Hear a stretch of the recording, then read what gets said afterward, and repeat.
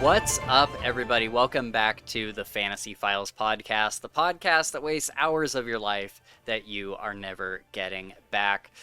Gabe and I are your hosts, Spencer and Gabe, obviously.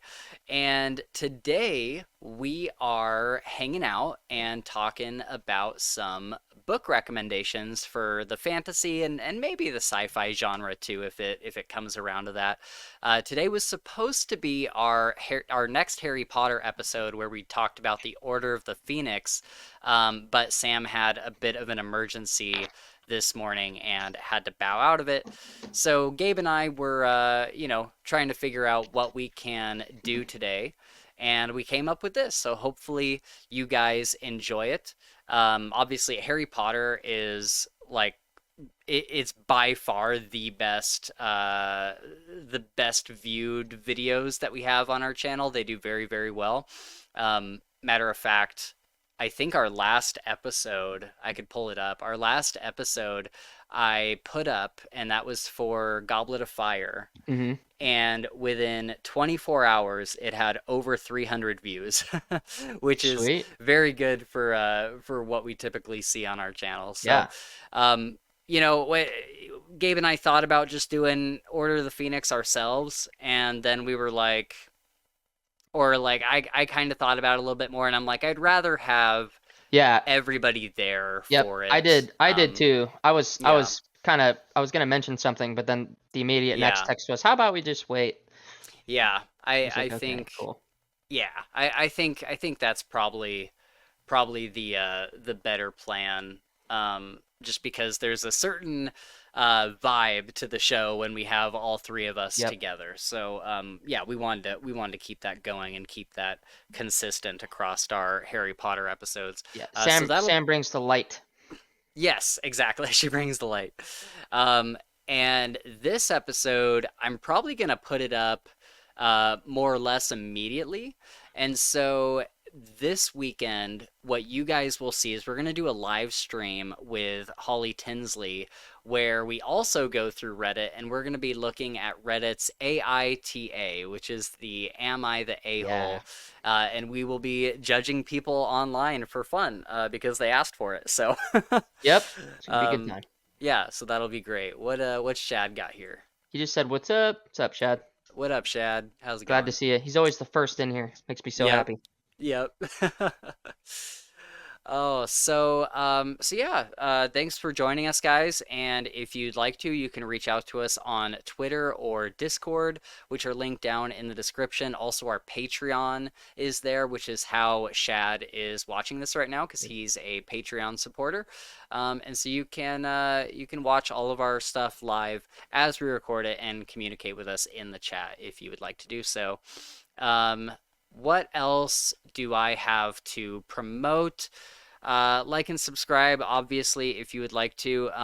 But this December, I believe it'll be on the 22nd. Keep an eye out on our community tab on YouTube to see if there's any updates to the date or time. But hopefully on the 22nd, we will be doing our in-person live end of the year extravaganza. Sam will be joining us through the internet, but the rest of us will be in the same room together, hanging out, giving each other Christmas gifts, and talking about our favorite books of the year, our favorite like movies and games and all that stuff, and also our favorite disappointments. Which there's always one or two things when you go through as much media as we do. There's always going to be a couple that are kind of disappointing. So yeah, we'll be going through all of that in a big live stream at the end of the year. You don't need to be a Patreon or a patron to join us for that. You can just join us right on YouTube. So we'll hopefully see you there as we get closer to the end of the year. With all of that said, let's give some book recommendations. Now, Gabe, we have a lot of books that we typically like recommend to people. Like I think like obvious ones are like Dresden Files or King any of the like Killer. King Yep. Killer or like any of the Sanderson like Mistborns and stuff. And I'm sure that stuff will come up, but you and I have our libraries open so that we can scroll through them and try to find some of the more obscure books that maybe people haven't heard of. Yep. And so hopefully we can give some good recommendations. What we've done here is we've opened up Reddit and I've kind of tabbed a few threads where people are asking for recommendations on specific with specific criteria. So I believe you have one. Do you want to share your screen or do you want me to share? You can share. Okay. Oh, that's a good question. I should read it. I should read it this week. It's a great What's that? question. The Wandering Inn. Oh yeah. I've had it in my notes forever, and I keep forgetting about it. So I'm gonna tell you. Do you know what this is? The Wandering Inn.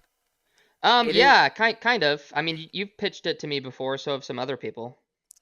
It's a web. It started out as a web novel. Hmm. So it wasn't even like published at first, and I'm not sure if it has an audiobook. Dang, there's 14 books. I forgot about that. Holy crap. Oh, That's oh, do you see it on Audible? Yeah, it's right here on Audible. Okay, yeah. I think it has like technically even more than that, and they haven't Wow. even caught up And they're with. all like 30 hours, 40 hours. That would be like some Yeah, serious listening time. That's awesome. yeah. People have said like it is like a huge series, and the Yeah. first from what I've heard, the first like few books are pretty bad, Mm. but then they get better as you get into like the fifth and sixth book. I was just listening to like a video on this the other day actually. Um, and it doesn't sound like anything I'd ever be interested in, but if you're willing to put up with the first few books and everything, Yeah, maybe it's cause something that I've you'd had like. you or somebody tell me like I would like it because I liked It's probably been Shad. yeah, it probably has. Yeah, but I can't remember what he referenced that I had read. I think just like lit RPG in general, I think it's Okay. kind of in that same vein. Okay, that's cool. Yeah, the whole series is 14 million That's words. crazy, dude. That's wild. He says he loved it from the beginning. I've heard a lot of people like say differently, but who knows? Everybody's different. So Yeah, I'm gonna give it a shot. I'm yeah. actually gonna purchase it right this second. Oh, cool. Oh, I did that on your account. I owe you credit. Sorry. That's okay. That's fine. Um, My bad. okay. So we have this user is a Balrog is come. Um, so high fantasy mixing nostalgia with modern writing. Playing Baldur's Gate 3 has got me in the mood for high fantasy, which hits all of the nostalgic tropes. A secondary world, meaning a world that is like not Earth Yeah, or, it's not like Dresden Files, Chicago. It's like a completely yeah. separate, like Middle Earth or something, from Lord of the Rings. And then numerous fantasy races, meaning like elves, dwarves, goblins, etc., numerous kingdoms and empires, magic and wizards, epic architecture, and rich in history, myth, and legend. However, I struggle to bring myself to read the 70s, 80s, and 90s style high fantasy like Shannara or Wheel of Time.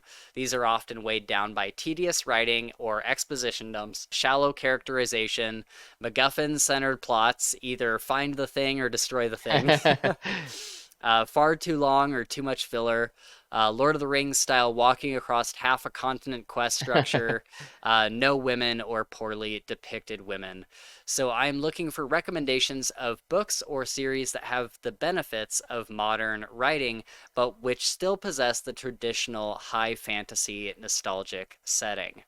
By the benefits of modern writing, I am meaning tighter editing, faster pacing, more concise writing style, originality of plot, especially smaller scale stories than Save the World from Cosmic Evil, more complex morality and politics, and a greater focus on characters while still having a gripping plot, not just a character Mm, study.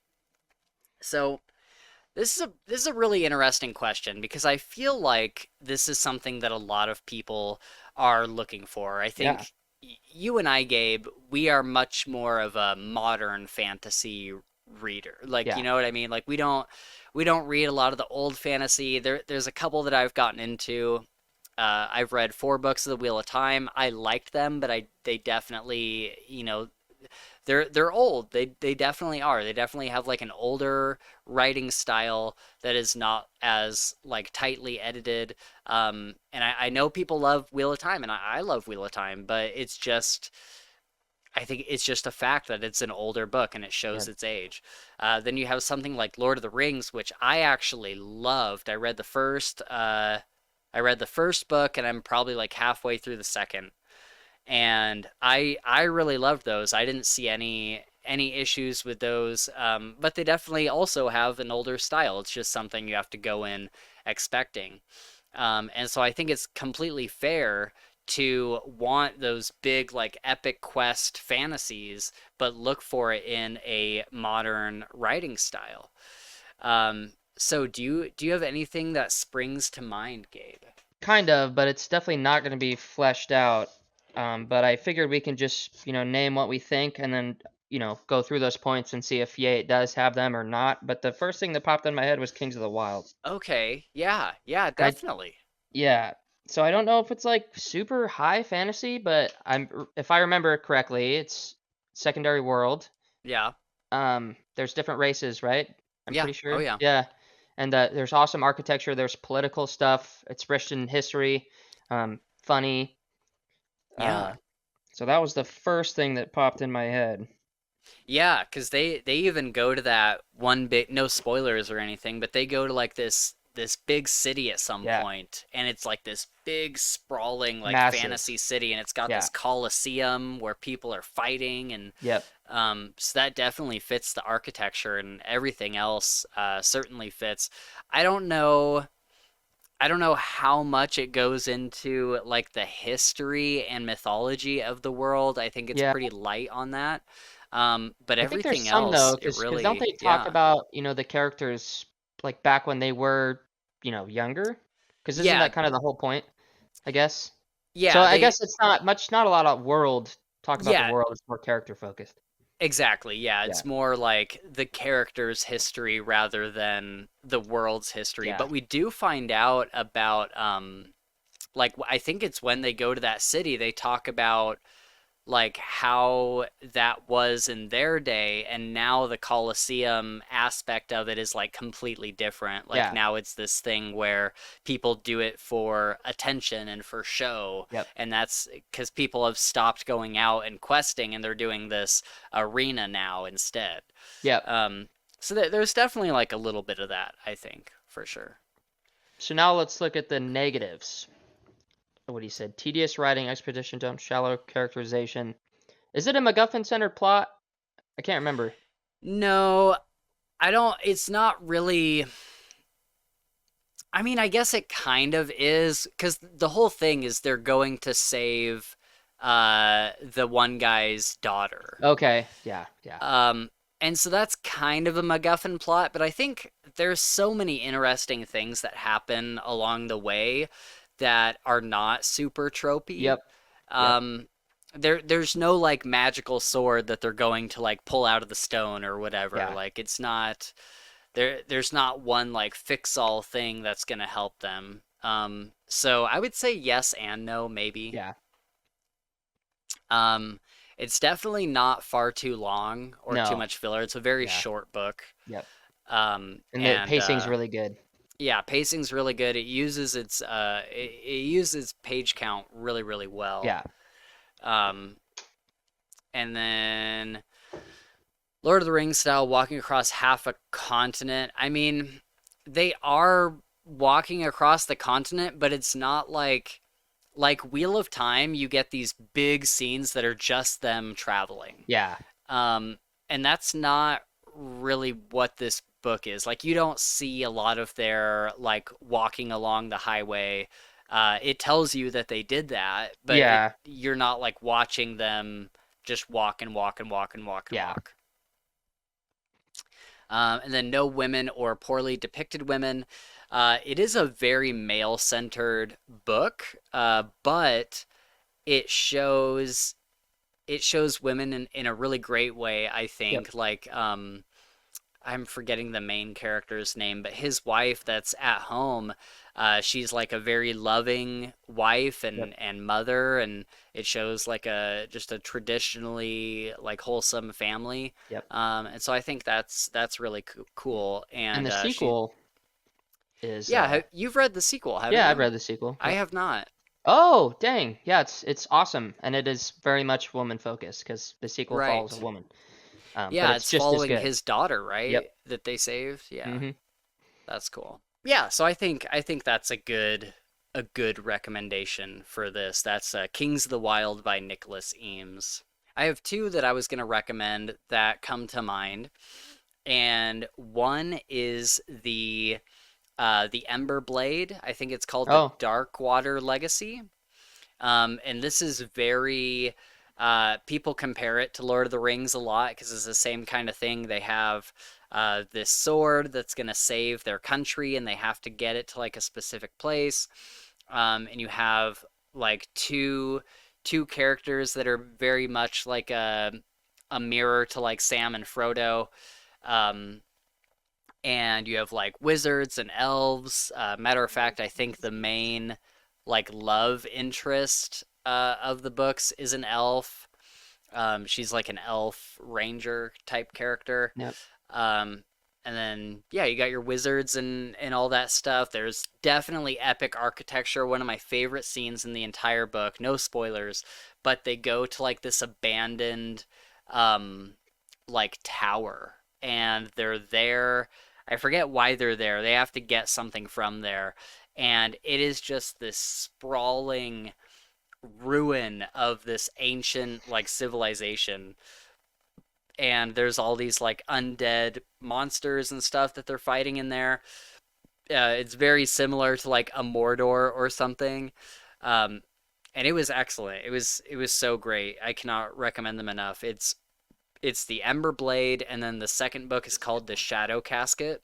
And those were awesome. There's tons of history and mythology and lore that's packed into the book, and it doesn't feel like an info dump. It feels like it's baked into the world. Um, and yeah, they're really really amazing books. I highly recommend them, and I cannot wait for the third one to come out, hopefully in 2025. Um, you remember these books, right? Oh yeah. With Cade and Yep. Aaron Yep. and They're awesome books. I forget the girl's name, but uh, yeah, they're fantastic. They have really well written women. I think there's a couple of them that join their party. There's like the Elven Ranger, and then there's like a druid type lady, like a Yep. shaman type Yep. lady that joins them. Um, and it does have a MacGuffin centered plot. Like that is kind of the whole thing about the book is like there's this sword, the Ember Blade, that they're trying to like keep and protect and everything. Um, but I think it does it in a really interesting way. Um, and especially what happens at the end of the second book with the Ember Blade, I really did not see that coming. Um, and so I think it is through and through a MacGuffin centered plot, but it very much has like a Modern. modern Yeah. twist to it. Yeah. Yeah. I wouldn't say that there's like tedious writing or exposition dumps. I'd have to reread it to tell for sure, but it felt fairly fast paced. Maybe not like the fastest paced Yeah. book, but it felt like it moved along. We were never really bored. Do you remember being bored? No. No. Yeah. I don't remember being bored. Okay. Definitely not shallow characterization. I think the characters in the book are some of the more interesting things about it, like learning about like Cade and Aaron as friends and as people and how they have like very different personalities, but Yep. somehow they're still like best friends. Um, Yeah. Is there a lot of that walking? I think. Well, there is. They do have to travel pretty far. yeah, But yeah. again, it's not like it's I not we're not never, getting chapters of them walking, I don't think. yeah, I never found it like boring. Like there was No, always no, something there's always something happening going on, yeah. along the way. And then the other one that I wanted to bring up, and maybe I'll bring this up in a separate tab. Just a thought popped in my head. What about Cahill's book? Yes. Yeah, Okay. Cahill would definitely be a good Yeah. recommendation. I think somebody in this thread Oh, even already recommended mentions. it. No. Oh yeah, Ryan Cahill. Okay, cool. Yeah, I think Yeah. Reddit really loves Ryan Cahill, which is Good. cool because Good he's for an him. indie author Yep. and he's kind of gotten he's gotten his due. He's Yep. made it, and that's really cool. And now Ryan Cahill is actually getting published, like really Awesome. published. Um, and so he's got like an agent and everything, which is really That's cool. cool. Yeah, he's a good dude. If it was to happen for anybody, I'm glad it's him. Yeah, for sure. He's worked his ass off. I think Yep. he like quit his job and just like wrote full time, Yep. just like took a swing in the dark and made He's it. awesome. We gotta have him back on the podcast, man. Yeah, we do for sure. Yeah, Ozcan the Flip said Ryan Cahill advertised his Bound in the Broken series as classic high fantasy with more modern feel. And after catching up with the series, I have to say it's spot on. It's a great series and sounds like it is exactly what you're looking for. Um, this is a series that I would love to read next year. Yeah. I think you and I read the first book, Yep. and I think at the end of it we were both kind of like, yeah, it was good, and Yeah. like you know what I mean, and like it wasn't like bad or anything, but I think it just like it wasn't exactly what I was looking for at the Yep. At the time. time. And so I think I need to go back and reread the first book and then check out the sequels because I know people have said that if you like so many people have said if you didn't like really click with the first book, Yeah. keep going because it gets way different. Nice. And it's Nice. like, okay, all right, I will give it a second book That's to cool. He's check got out. 3 books and 2 novellas. Yeah. That's awesome. Yeah, I think he's got another one coming out in the next like month or two as well. Sweet. Yeah. So the series that I was thinking of is the Buried Goddess Saga. Hmm. Oh Um, yeah. do you Okay. remember this book? I did. Yeah, Yeah. Long time ago. yeah. Yep. And this is the book that I would love nothing more than for you to finish this series, Gabe, Yeah. because it was. Oh, that's weird. It brings up all these like pictures of eyes. Um, yeah, this book is so good. Um, it's fantastic. It's I wouldn't say it's like one of my favorite series of all time, Yeah. but I had such a good time with this book. As you can see, it's in my in my library Yep. in Yep. Audible. And it's so amazing. It Have you is read it all the way like through? yeah, I've read the whole series, Nice. and it has a fantastic ending. And it kind of starts with this guy. What's his name? Whitney Firestone, Yeah. and he is a thief, and he has to pair up with this knight to go kill this thing that's in the woods to steal. It stole some sort of artifact.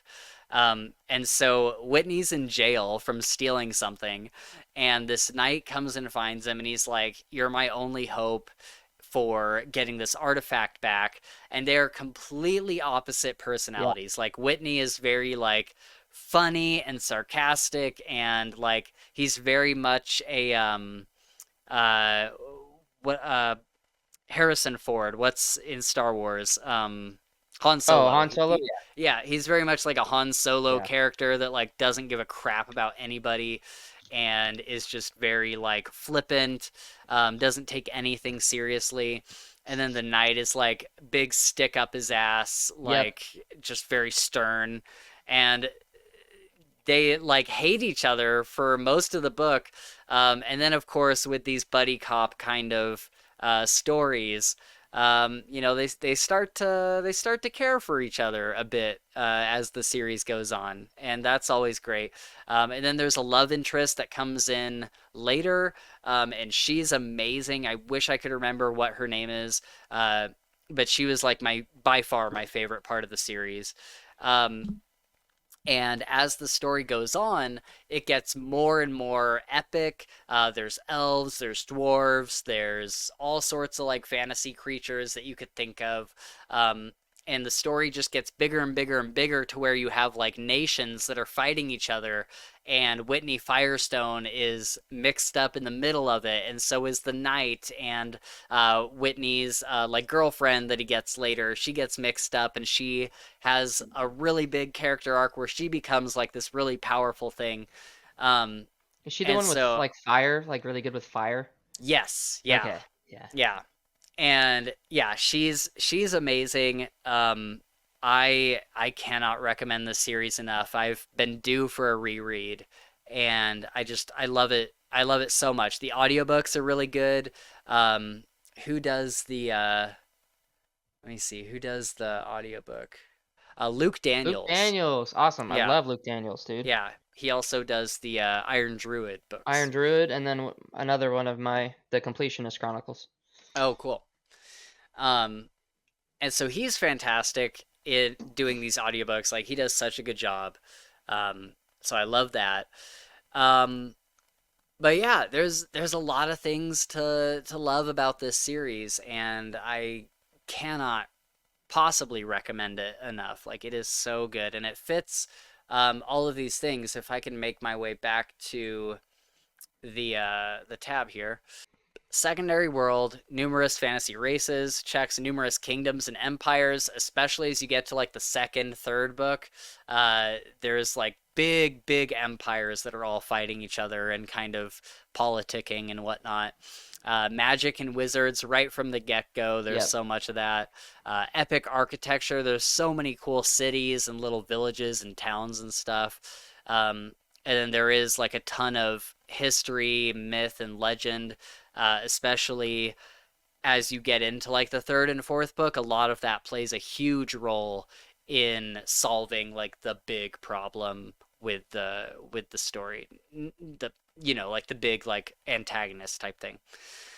um, and I feel like it really doesn't have like any of these. Like there's no MacGuffin really. There's no like shallow characterization. They're all, like especially Whitney is such a deep character when once you start really Well, learning about him. in the first book, they're going to. That's their mission is to go find this thing, right? Wouldn't that be? Yeah. Yeah, I would say so. I don't know if I would call it, well, maybe it is. Maybe it is, but I would But say again, as it's the, probably like a modernized, less Lord of the Rings. yeah, yeah, it's very modernized, and that the whole like MacGuffin part of it goes away very quickly. Yeah, Like in the next books, it doesn't really have much to do with what happened in the first book. It has more to do with like these nations that are rising up and like yeah, fighting each other. And so maybe it has the MacGuffin thing for like a little bit, but it doesn't last very long. And then they're very short books. They're like 10-hour audiobooks, I think. Um, no walking across half a continent. All of that gets skipped as far as I can remember. And then the women are depicted really, really well. Like I think the female characters in these books are done extremely well. So yeah, highly recommend. Okay, so can you think of any other books that kind of fit this? I might have one more recommendation, but I don't know. yeah. Not off the top of my head. Cahill was my kind of my last idea, I think, for that to fit all those qualifications, anyways. Right, right. Um, I think my only other one is called the Lost War, by Justin Lee Anderson, and it's like it's very modern writing. It's secondary world. It's got numerous fantasy races like elves and stuff. It's got numerous kingdoms. It's got magic for sure. It's actually got really cool magic. Epic architecture and rich in history, myth, and legend. And the history and all of that kind of gets revealed. I don't want to spoil anything. There's a reveal that happens that tells you more about the history and the legends and stuff, Yeah. that you're not really aware of right away. But this is a really cool book. I wish I could. Let me see if I can just bring up the page. That might be easier just to show people what it is. Yeah, The Lost War, the Aiden Saga. It's a I cool cover. really, yeah, I Yeah. feel like the cover he used to have was a lot better. I don't Mm. hate this cover, but I don't know. I don't know. I think when you get used to one book cover and then they change it, Yeah, yeah. I just like automatically don't like the next one. I get some Green Lantern vibes from that dude. Yeah, it's got why is he so green? Why like that is straight up Green Lantern, Yeah. like Yep. Green 100%. Lantern, dude, for real. Like why? That's just like not the kind of character he is. But whatever, whatever. It's okay. It's okay. Um with a ragged peace in place, the demons burn farmlands and violent reavers roam the wilds, and plague has spread beyond the Black Meadows. The country is on its knees. So this is kind of what happens like after um after the war has either been won or lost. It's like the aftermath Yeah, after the war. gotcha. Like it says here, the war is over, but something is rotten in the state of Aideen. Mm. Um, in a society that fears and shuns him, Aranok is the first magically skilled Drui to be named King's Envoy. Now, charged with restoring an exiled foreign queen to her throne, he leads a group of strangers across the ravaged country. But at every step, a new mystery complicates their mission. As bodies drop around them, new threats emerge and lies are revealed.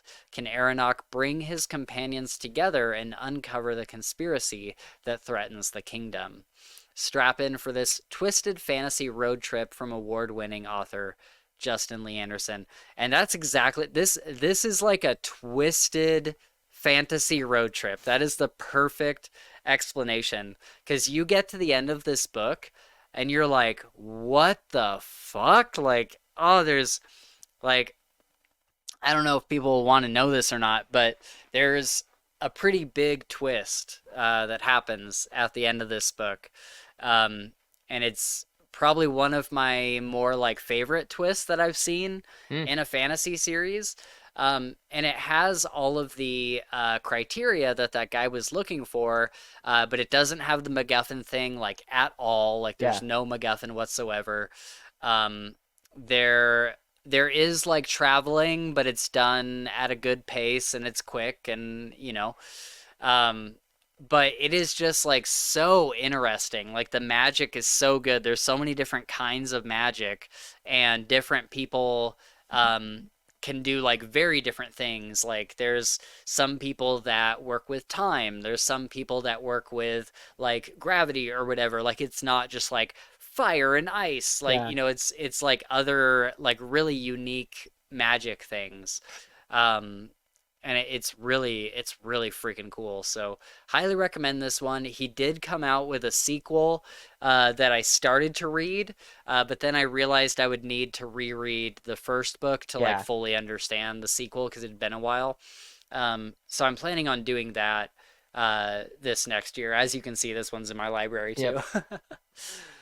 So should we do this one? Oh, interesting.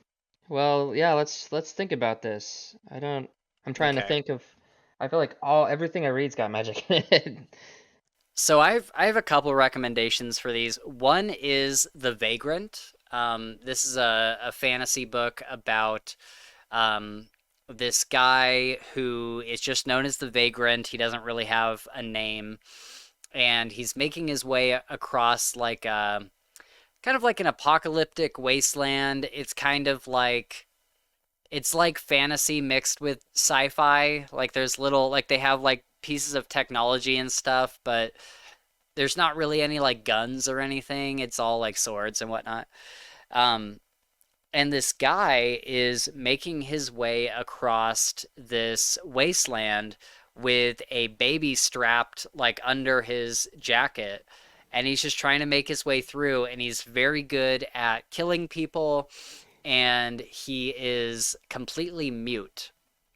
And so during the book, I don't believe there's any magic in this book, at least until like maybe at the very end there's a little bit.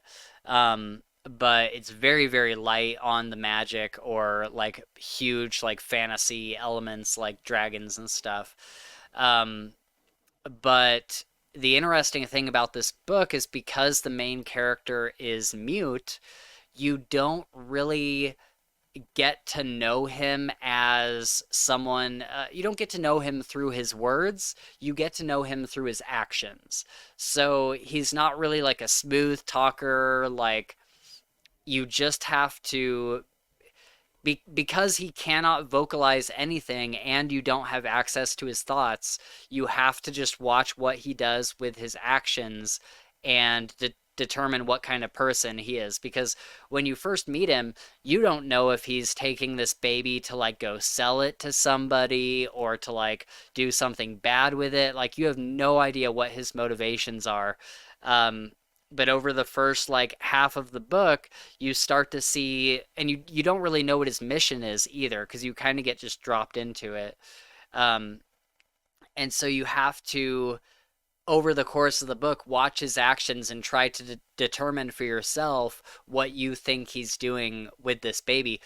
And it's one of the more interesting books I've read. I'm fascinated by it and the writing exercise that went into this book because it really is unlike anything else that I've ever read. It's wholly unique to itself. But yeah, there's very very very little magic in that. Um, and then another book that is one of Gabe and my favorite is the We Men of Ash and Shadow by our friend Holly Tinsley. And then she also wrote The Hand That Cast the Bone, which is a sequel to that. And the main character in that book has kind of this ability to turn invisible. Like he can't really turn it on at will, but it's kind of this passive magical ability where people just like don't really notice him.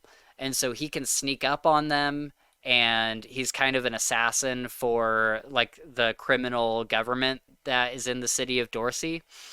Um, and there's very little magic outside of that. There's like a couple glimpses that we get here and there, but it's very, very, very light on the magic in that book. Um, and obviously, it's one of our favorites. It's a very grounded fantasy series. It's very grim dark, very gas lamp fantasy, and it's just this guy trying to survive as a mercenary in this criminally run city. Like the criminals have taken over the city, and you can't get in or out of it, and he's just trying to survive. And yeah, it's very very good. Very little magic in it, but somehow it instills this sense of like wonder and like what if kind of feeling because you're like surely this ability has to come from somewhere because he definitely has the ability, but you just don't really know what it is and there's nobody else that really has magic and so it's kind of it's really interesting. Do you have any thoughts on We Men of Ash and Shadow? No, I think you nailed it. Um, Sorry, I'm just trying to. I'm going through and like trying to find. I can't find anything, dude. Other than we mentioned Bastion Shadow. My only, you know, I was thinking like the Warden Man maybe because Oh yeah. there's not really, I guess, magic per se because it's kind of been forgotten, but there is still Yeah. Yeah, it's very light on very light. magic. Yep. You don't even really get to the magic until Until you like see the him like yeah. way later on in life where Yep. he's figured some stuff out. But it's a really good book. Um, Yeah. but yeah, I don't listen to a lot of books without magic, dude. Maybe you should. I should. My problem is that I don't, I don't stray often. Yeah. Somebody's got to force me to stray. Because, like, I just went through my entire Audible library, every book I've ever read, and I'm like, I don't think any of these don't have magic in them. Lots of sci-fi books, but Yeah. they're not really fantasy, Yeah. Greenbone Saga might fit the bill where it has magic, but it's not like it's not like magic how you would normally think of it. It's more of these like this jade that you carry, It's more of like a and it technology almost. Like, yeah, it like makes you faster. It makes you be able to perceive things better. They're not yeah, like casting spells or anything. yep, Um, so that could potentially work. yeah, Oh, Among Thieves by MJ Kuhn. yeah. That was gonna be my next thought too, Yeah, because that's that's also got kind of similar to Holly's almost. It's kind of like this yeah, innate, like subtle thing that some certain people can manage to do, like whether that's your yeah, perception or something else. yeah. There's like enchanted items and stuff, but Yeah. nobody. I don't remember anybody like really casting spells. No. Yeah. Oh, I have one. I have one. It's the Powder Mage trilogy. Oh yeah, that's good. Yeah, because that one that was the one I was looking for. That one is it has magic like for sure, but people don't really use it as much as you would think they would. Like the magic comes from the ability to like bend a bullet it's set in like Civil War time, and they'll shoot it out of their musket, and they're able to like direct the path of the bullet so they can make it curve or they can make it go down or up or whatever. And then there's also like a powder that they can ingest, Yeah, it's and gunpowder. it'll Kind of the same like green bone almost. Like it's like just a yeah, like an external thing that they take or do that kind of give them this ability to do stuff. Whether yeah, that's it like bullets or they can like target any gunpowder and blow it up and stuff like yeah, that. right, yeah. And like the main guy Terrace or Tanis, he can go into like a battle rage Yep. by taking the gunpowder and stuff. So that's definitely like a low fantasy light magic kind of thing. Yeah. Um, I was gonna say King's Dark Tidings, but that's I guess still that's got a kind lot of of magic. yeah. Well, I would, I mean it does as you go, but it's not like I don't know. I guess I'm classifying like wizards in one thing, and that's what I'm thinking kind of magic, like but you got Wesson throwing the earth around. yeah, yeah, no, he can do that, but a lot of that book we don't ever see that, Yeah, you yeah, know. yeah. But dear God, Gabe, we've got to read the second Powder Mage trilogy. Like as I'm Yeah, talking about it, I'm remembering how amazing it yeah, was. it's awesome. And I'm like, maybe that'll be a goal for next year is we'll go through Wait, maybe I think I did. I'm pretty sure I read the second book. did you? Yeah, because The I think second you trilogy? no, not the second trilogy. Or how many? Because you read the first trilogy. Yeah. Oh, I didn't know there was a second one. What's the second trilogy called? I don't know. I don't know off the top of my head. Oh, okay. Yeah, because I read all of the Powder Mage trilogy, anyways. Yeah, he's got the Powder Mage trilogy, and then I think it's just there's just a continuation of the Powder Mage. Because this dude's got like 40 books he's written. Yeah, I'd have to look up what the second trilogy is, but we do see like returning characters and stuff. And Gavin, I think Gavin was the one that told us Yeah. that it's just as good as the first trilogy, if Oh, not it's called better. Gods of Blood and Powder. Is Gods the and Blood second Power. Okay, second trilogy. yeah, we're gonna have to read that because it Yeah, was we so should. good. It was so good. Okay, so yeah, do you have another tab you'd like to bring up? Let me look. Oh, looking for romance, male romance. Ooh, that's interesting. Yeah, there's one Bring, right here. yeah, go ahead and bring that up on your end. Okay. Hello, I've been trying to find good adult romances to read lately, but nothing caught my interest. And today I rewatched Labyrinth movie, the one with David Bowie, and it reminded me how much I love classic fairy slash folk tales and legends and their weird inside logic and whimsical feelings. So I thought of asking if anyone knows a book that mixes both things. Please let the romance be good and not toxic, or slash yeah. Thanks. Not looking for actual fairy tale retellings like Gay Beauty and the Beast or something. Just a feeling of oral tradition. Bonus if there's a labyrinth or magical forest in it. I guess I didn't read that far past that. That's a little more involved, but I don't know if we've read anything like that.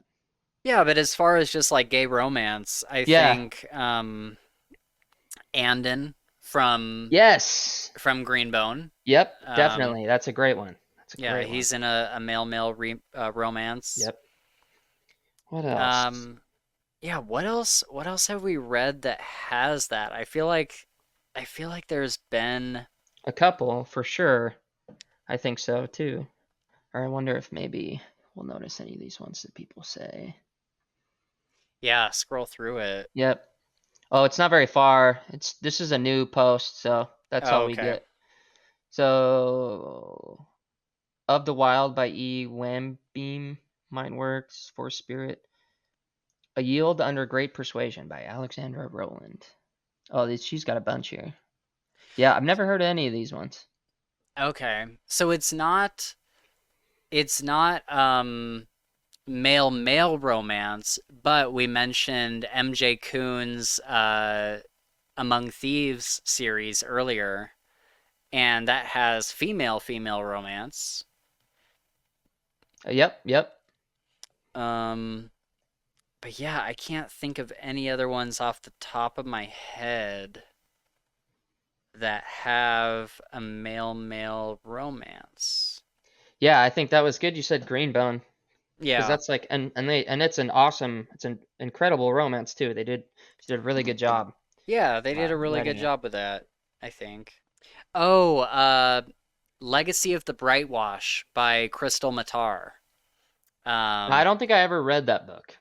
yeah, I don't think you did either. It's Yeah. very good. And it has like your typical like male female romance as like the main stars, but then one of the side characters has a male romance as far as I can remember. Yeah, I think that's all I got as far Yeah, as like gay that's fair. romances. The only other one, again, it's not male, but Foundry Side is female Oh, yes. romance. Yep. Um, but I really think that that's all that I have. I don't think I have any other ones that I can think of. Here's kind of a cool one. A Yeah. different topic, but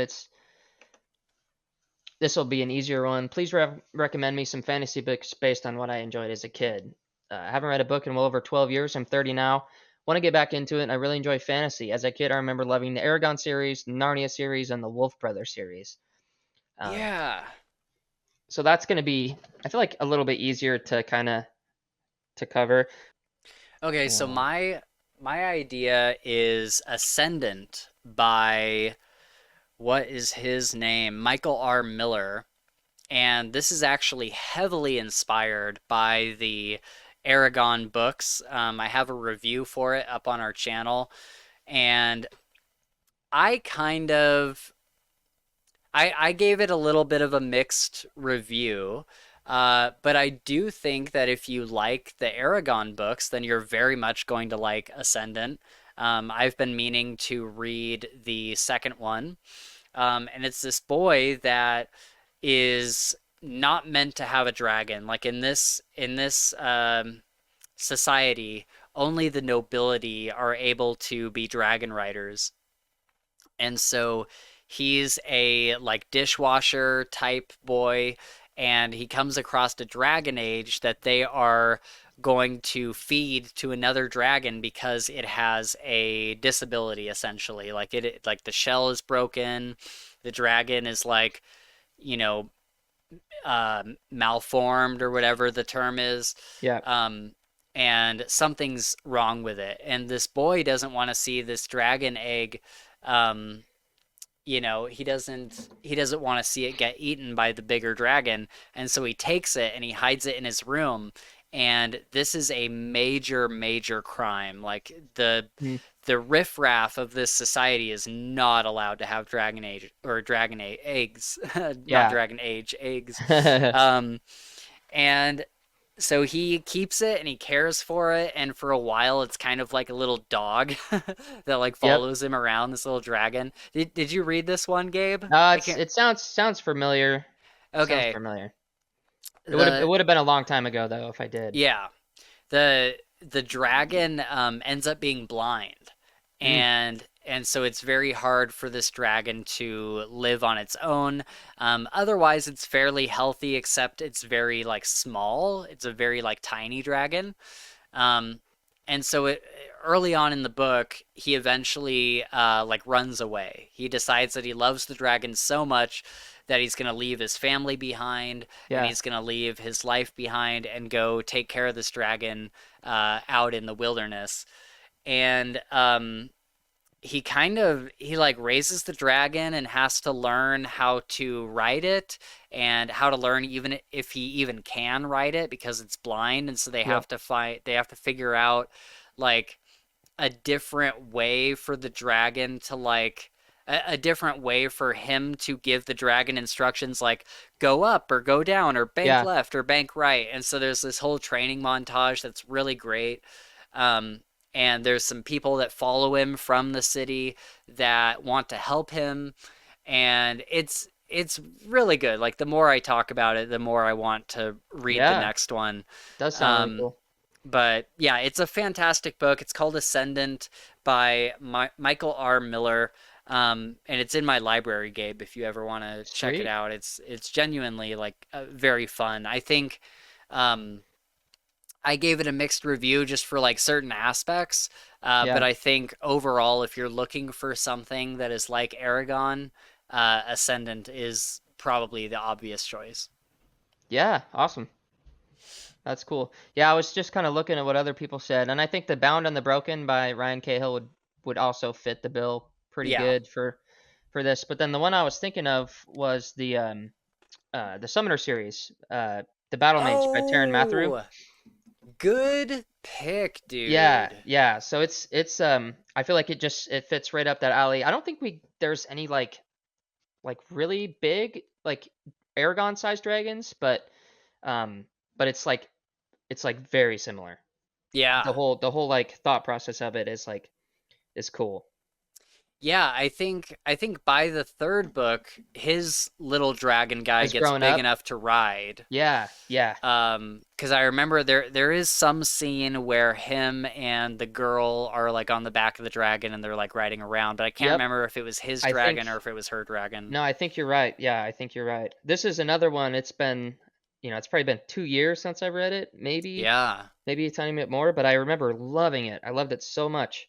It was such a cool like contrast, and witty, and the little dragon's awesome. It's really cool. Yeah, yeah, that would be a great reread. I Yeah, think we could probably even get Terran on the channel. That would be pretty cool. that would be super cool. Yeah, Yeah, that'd be pretty yeah. The sweet. first book's called The Novice. The Novice, that's right. Oh, Yep. okay, yeah. No, we finished. There's 4 books out. The Outcast. Yep. Cool. Yeah. So that's one for sure. Nice.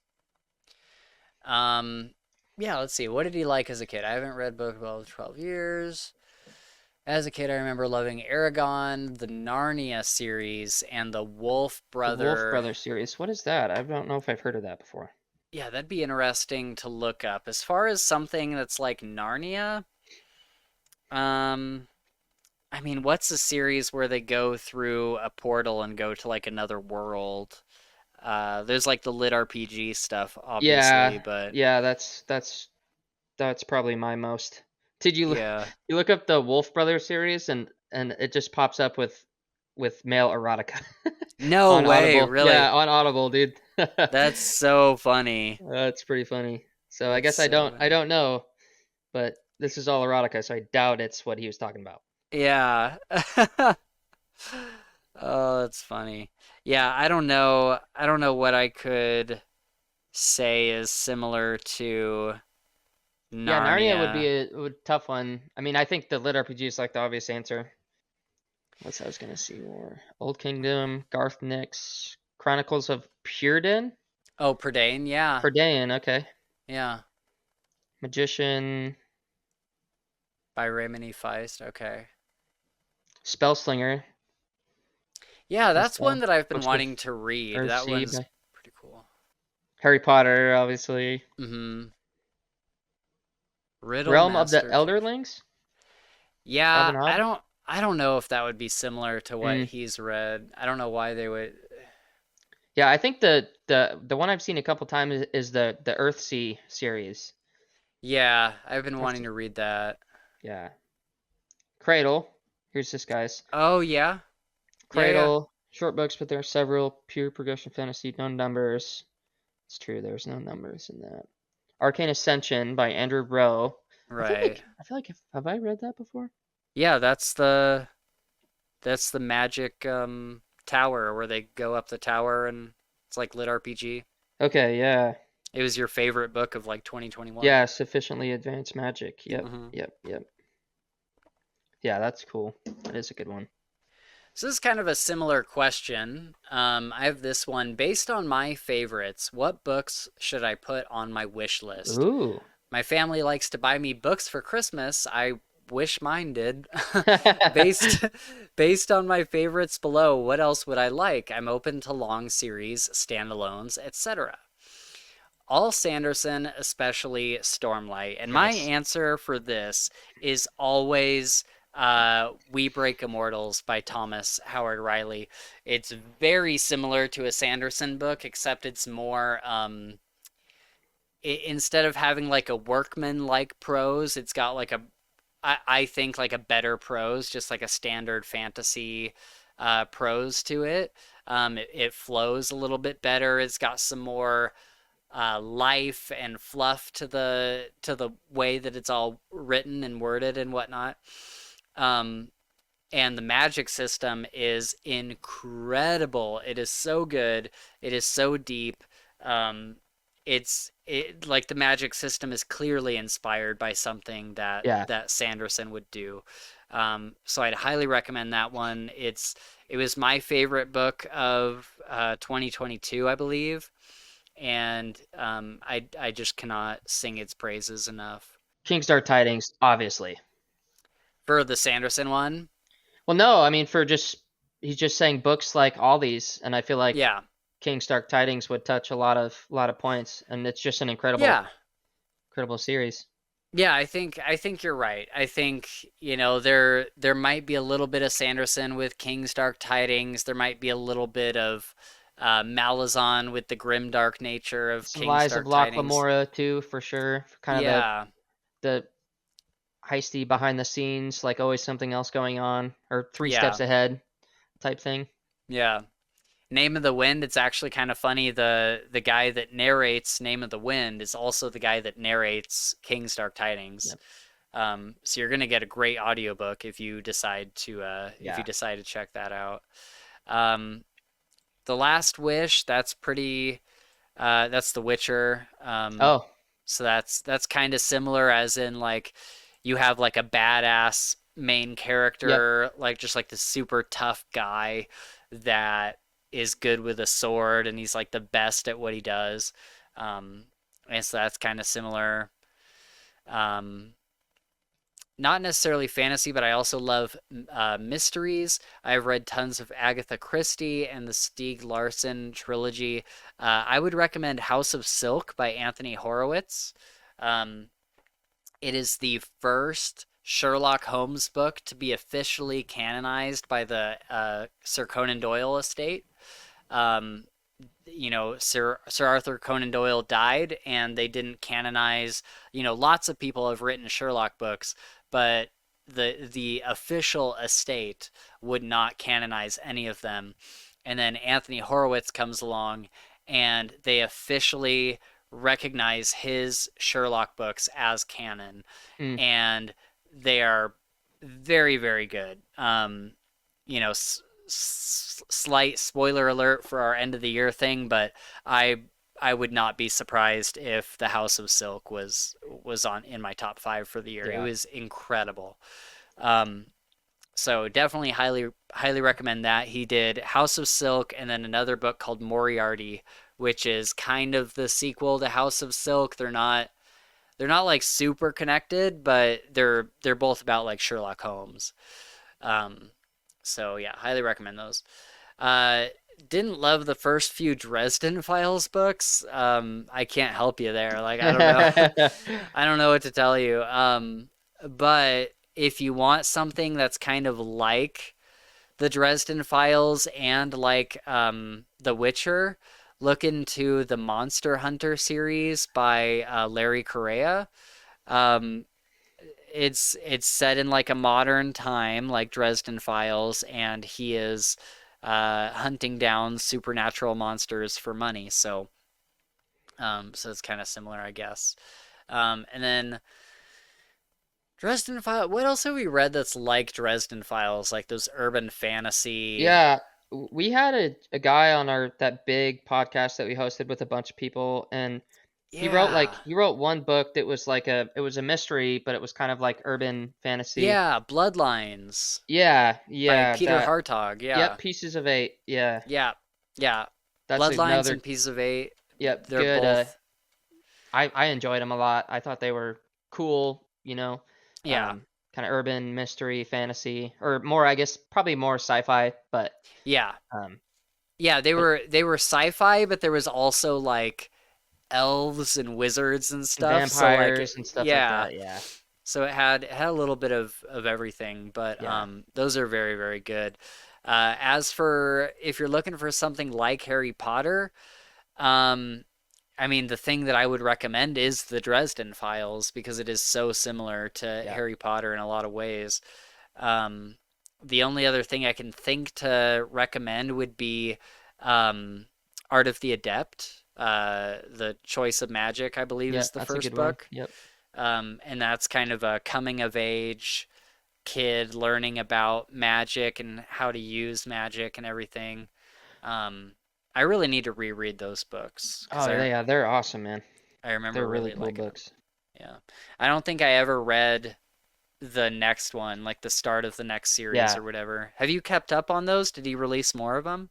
I haven't kept up on them, but I can look right now because I think I just read it until there were no books, but I'm sure there's Yeah. more now. Yeah, Let's that'd be see. interesting to see if he's released anything else. Let's see what other people say. Oh, the main guy here says, I've been recommended Hyperion, Lightbringer, and First Law. Um, and it sounds like he hasn't read these yet, but Yeah, I would swap out Lightbringer for the Night Angel trilogy. yeah. Um, I think he'd probably like the Night Angel trilogy more based on his other things that he likes here.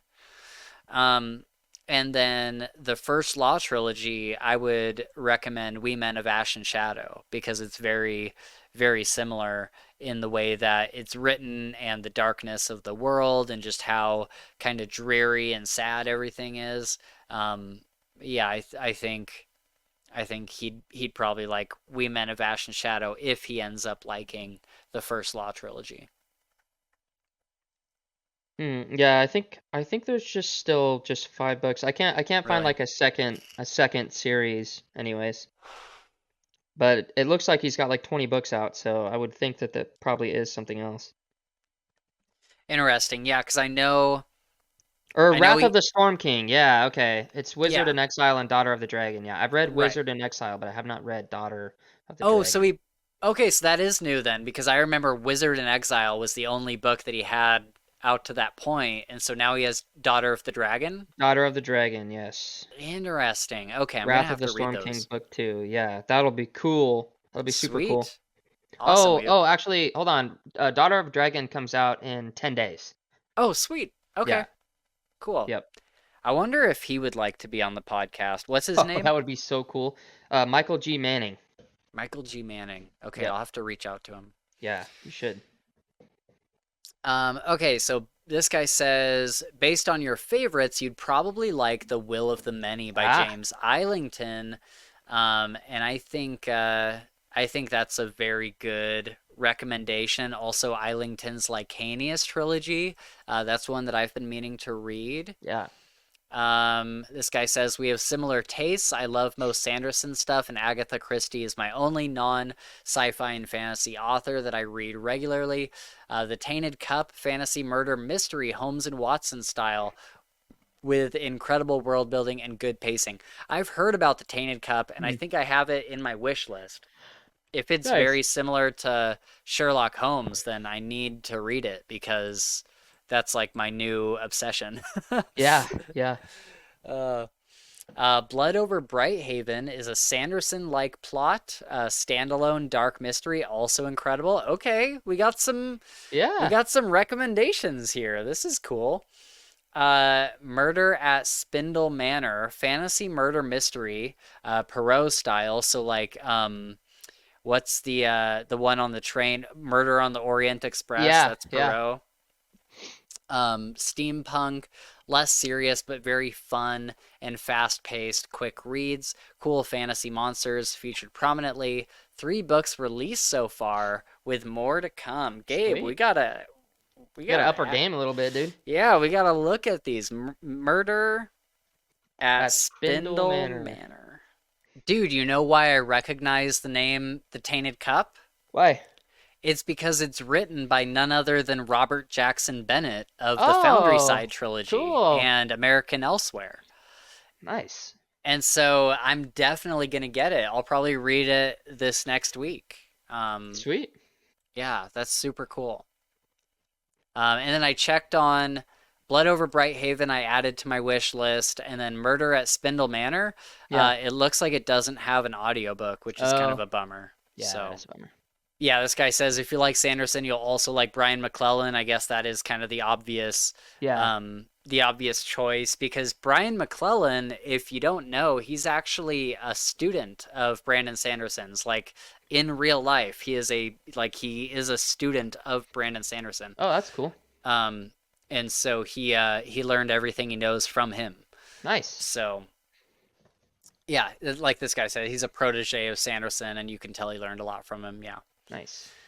I'm currently reading the Locked Tomb series by Tamsin Muir and thoroughly enjoying it. It's an Agatha Christie style whodunit set in a science fantasy future with Whoa. spaceships, sword fights, and a hard magic system built entirely around Whoa, dude. necromancy. I'm on What? the 3rd novel now, and the first 2 both surpassed my expectations in almost every single way. The first book is Gideon the Ninth. Oh, that's what these books are. Okay. That sounds awesome.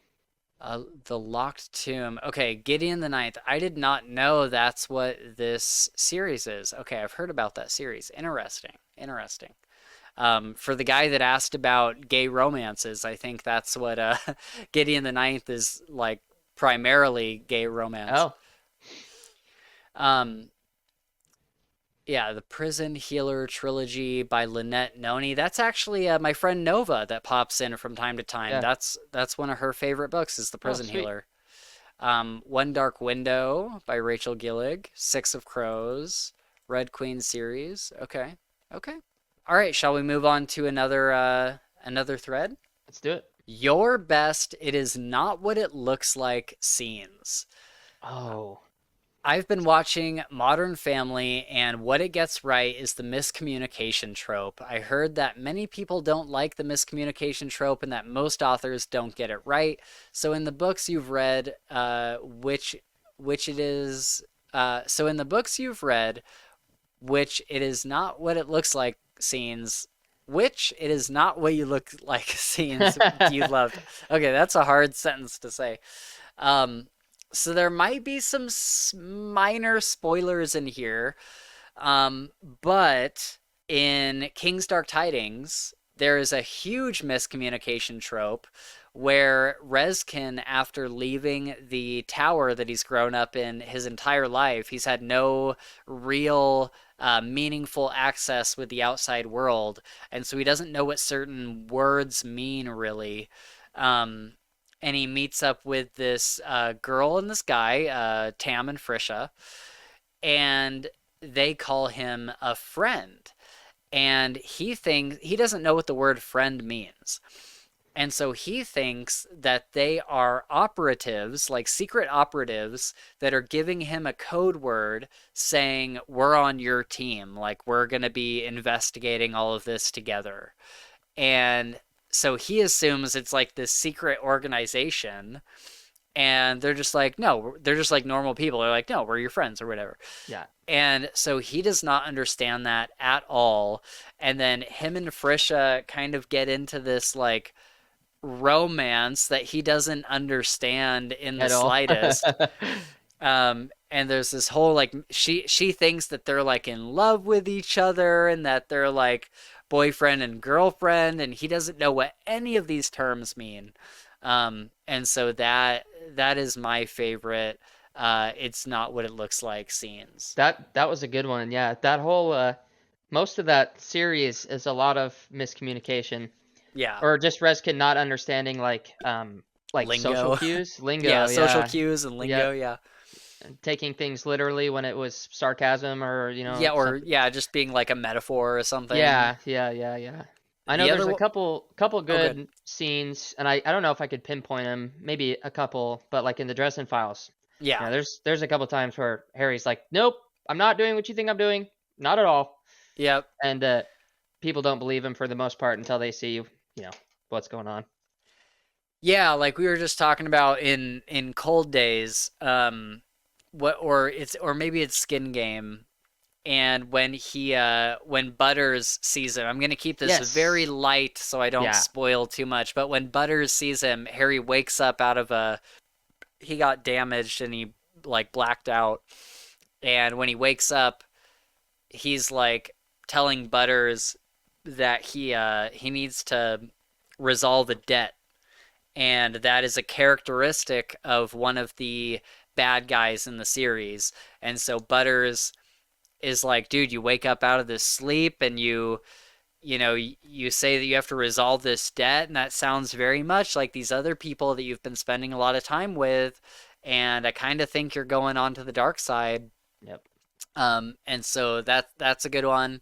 And it leads to a whole big kerfuffle that goes throughout the entire book. Yep.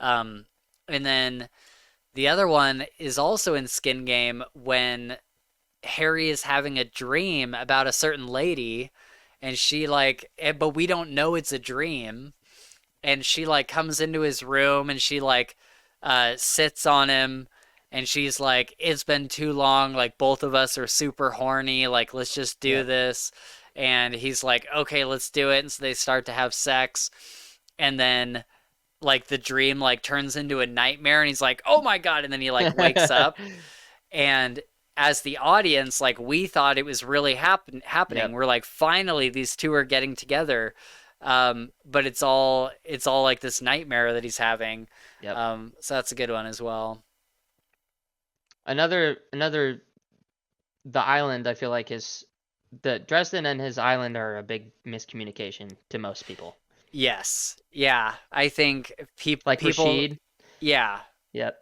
people think that he is like went seeking power, and he's like, Like feeding his dark urges and doing yeah, bad things, but in reality he's not. he's like, no, I just thought it was an island with like a nature spirit. Like Yep. I didn't know it was this whole thing. Um,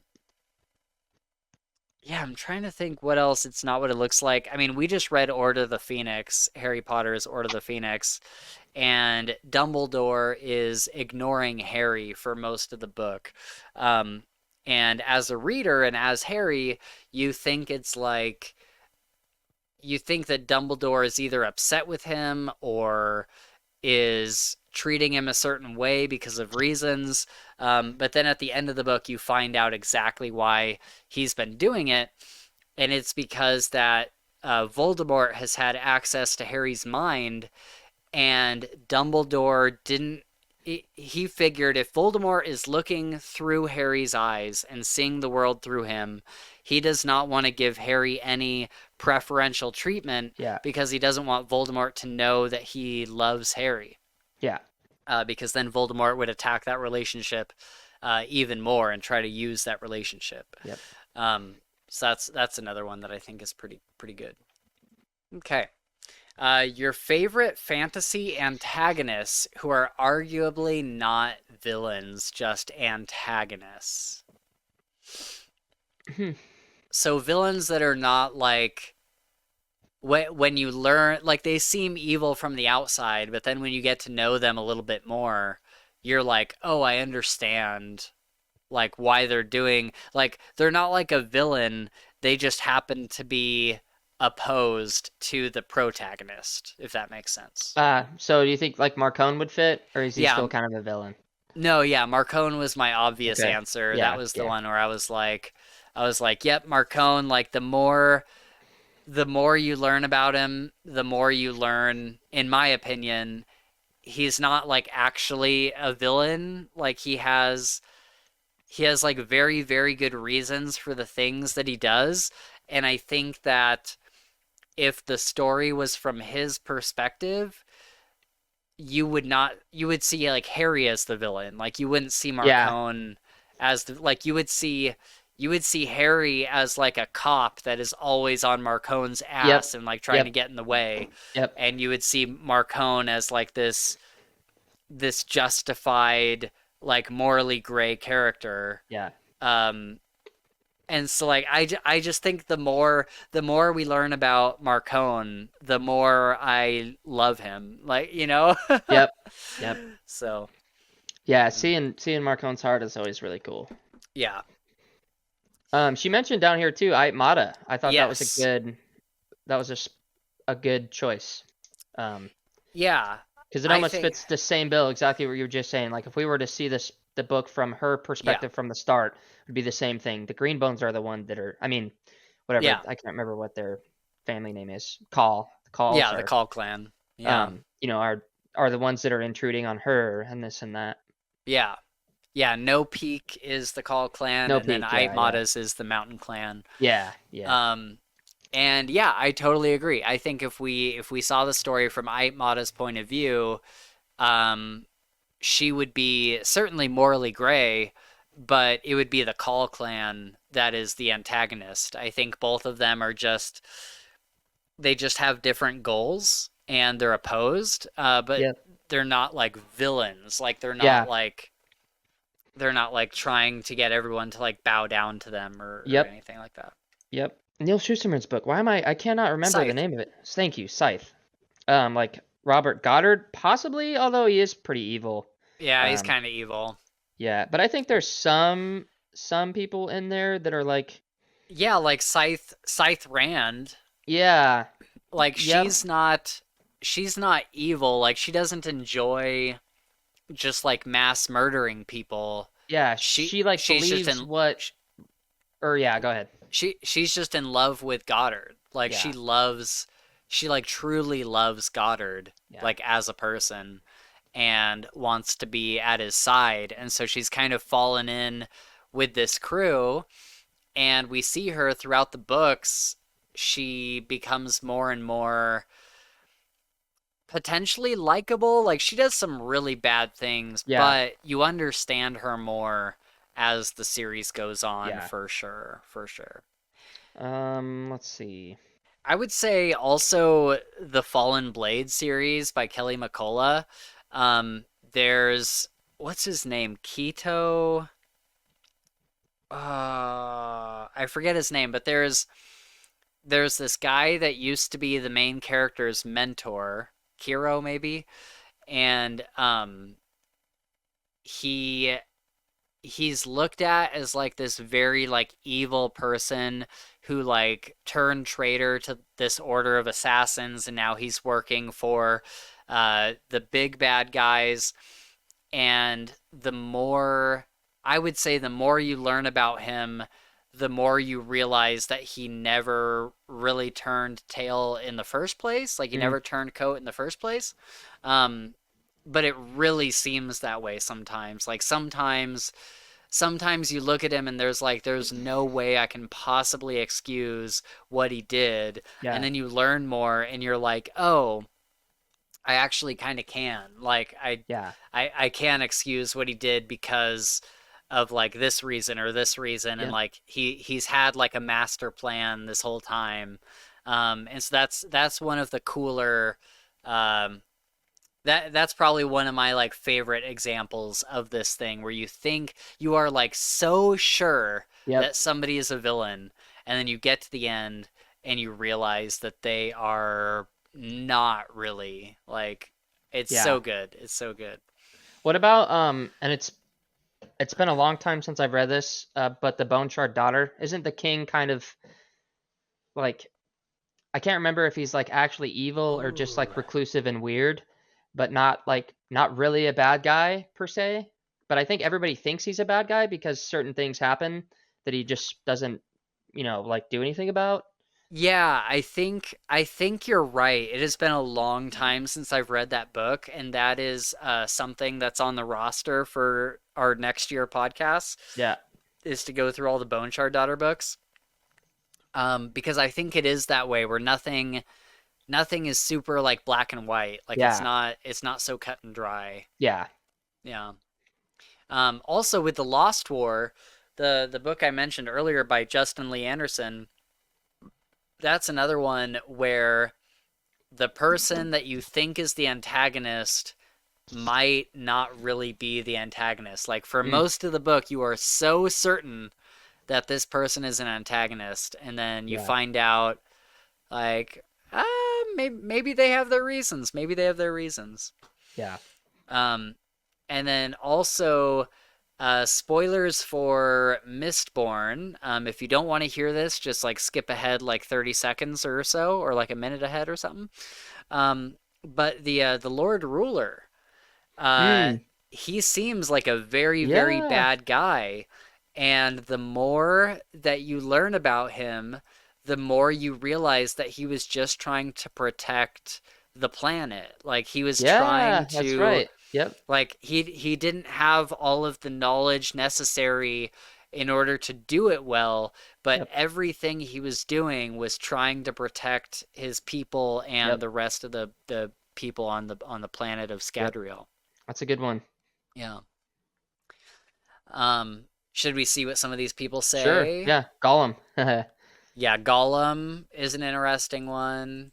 I still kind of think he's a villain, but I see what they're getting at. Oh, I like what this guy says. I disagree about Mata. The others were ruthless, but they had morals deeply rooted in their nation's culture. She had no honor and even abused Kevin's cultural norms to try and get ahead.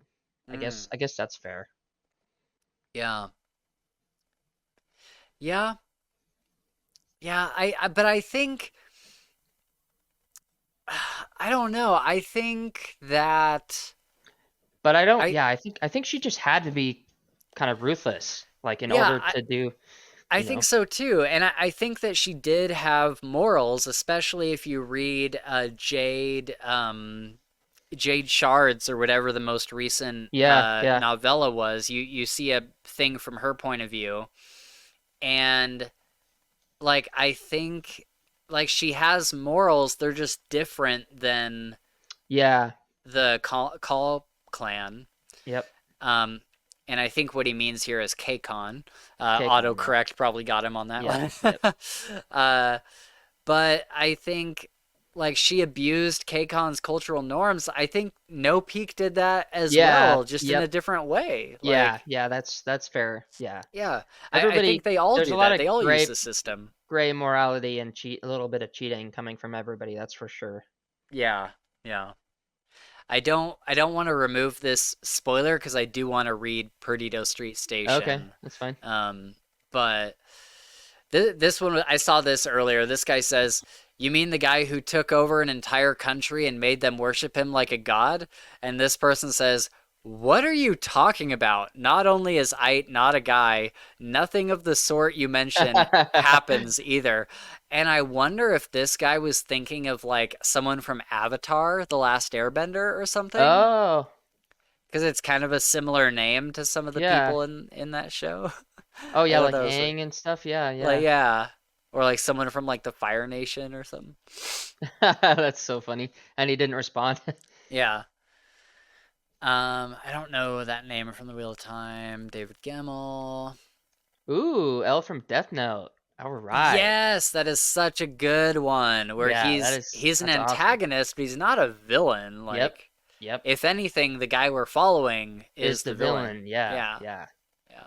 Oh, I should watch that again I know. I want to soon. watch it so bad. Try and watch it every year, but Have you seen it all the way through, like to the very, very, very end? oh yeah, several times. Yeah. Okay. Yeah. I mean, just the anime though. I haven't seen the live action or any of that. Yeah, I haven't either. The live action didn't look very good. Yeah. Mm, I'm going through Bleach again right now. nice. Yeah. All right, new tab. Sure. Oh, here's your time to shine, Gabe. Any books that feel like Isekai anime, modern day protagonist transported to a medieval fantasy world. Tell them, Gabe. Oh, geez. Tell them. I don't know. Uh, I'd have to look at my Crunchyroll app here, I think.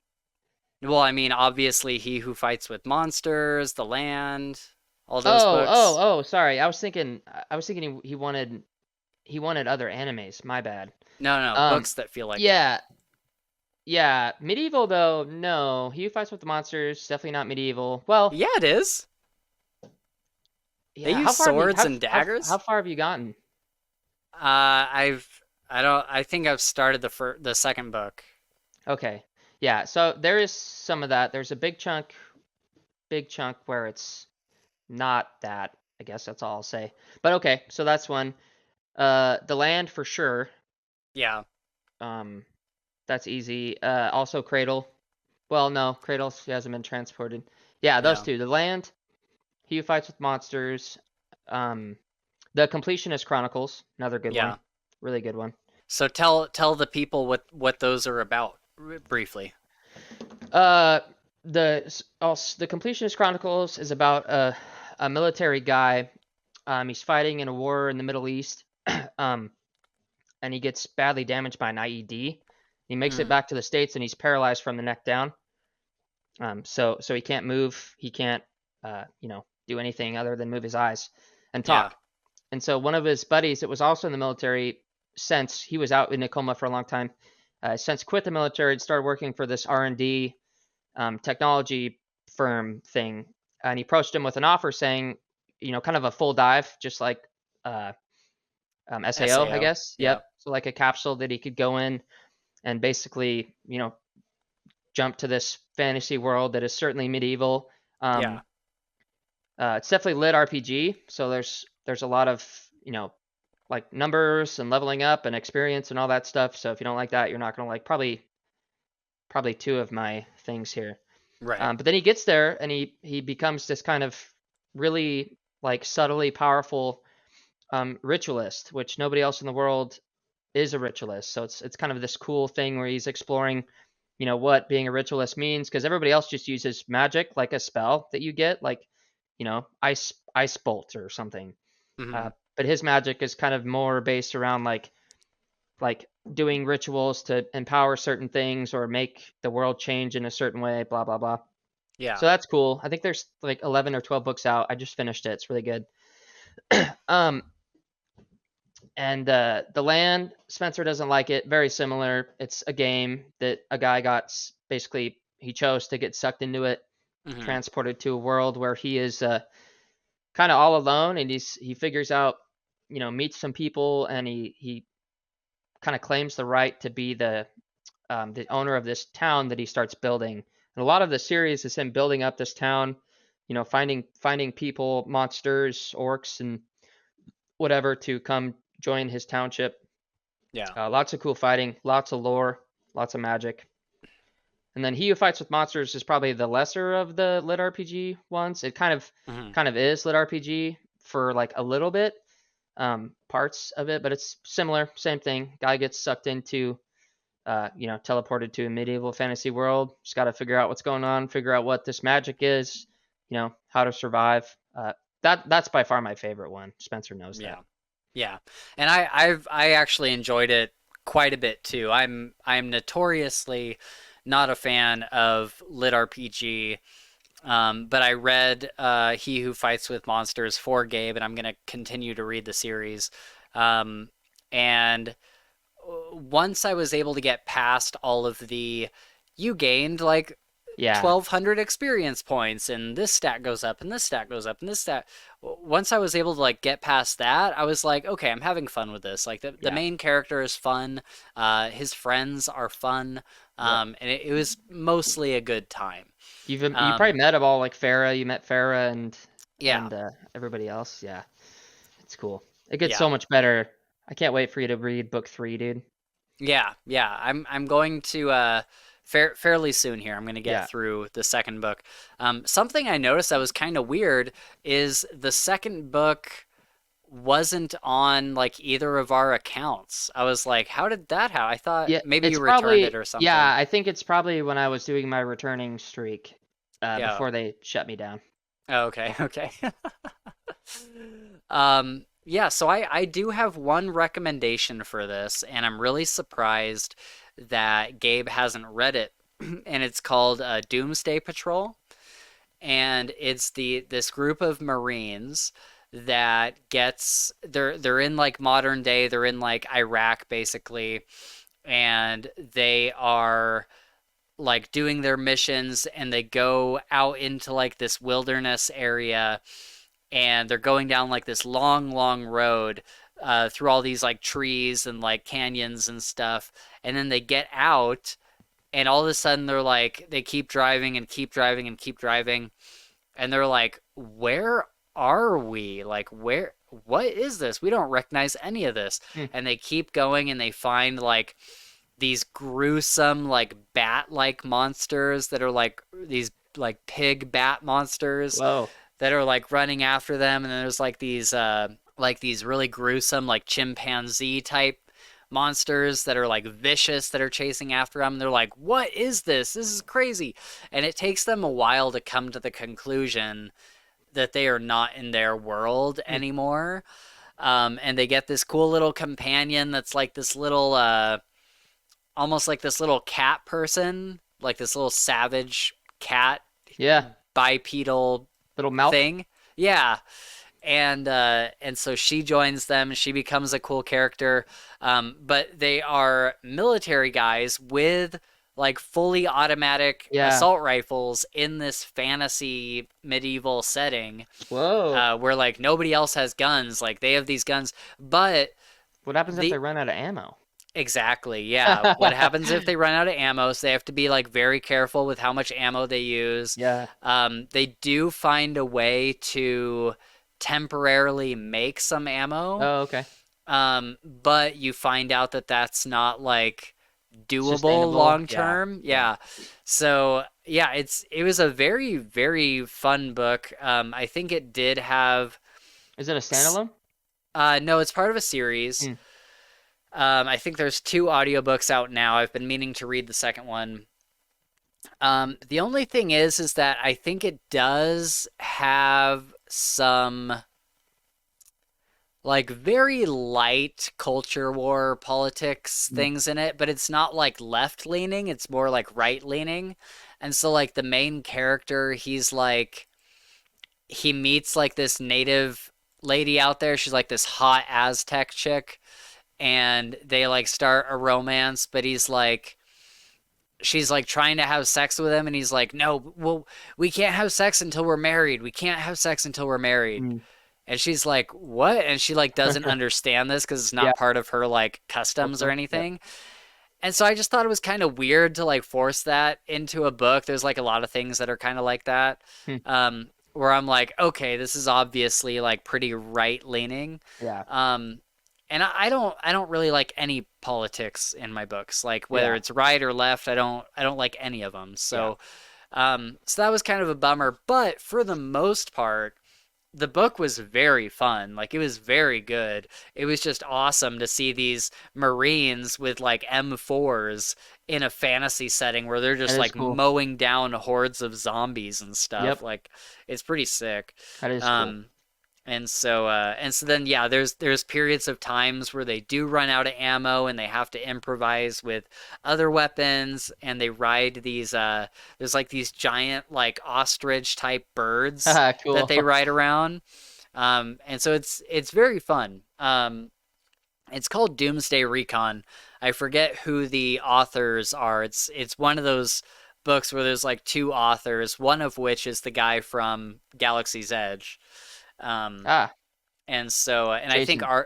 yeah, Jason Onspach, and I think R.C. Bray also narrates these books, which is Cool. cool. Um, but yeah, that's definitely like an isekai, like modern protagonist transported to a medieval fantasy world for sure. Sick. Let's Yeah. I'm curious to see what other people recommend. I could pull directly from this list. The Land, Um, yep. Beware of be Chicken. He Who Fights with Monsters. Dungeon Crawler Carl. Yep, tried that one. You didn't like that one, right? Yeah, I didn't. Yeah, I didn't really grasp onto it. Why is that, do you think? I don't know. I think I probably would. I just would need to give it more of a shot. Yeah. Because I only think I read 60% of the first book Oh, okay. before I was like, I'm just not really in the mood for this right now. Yeah.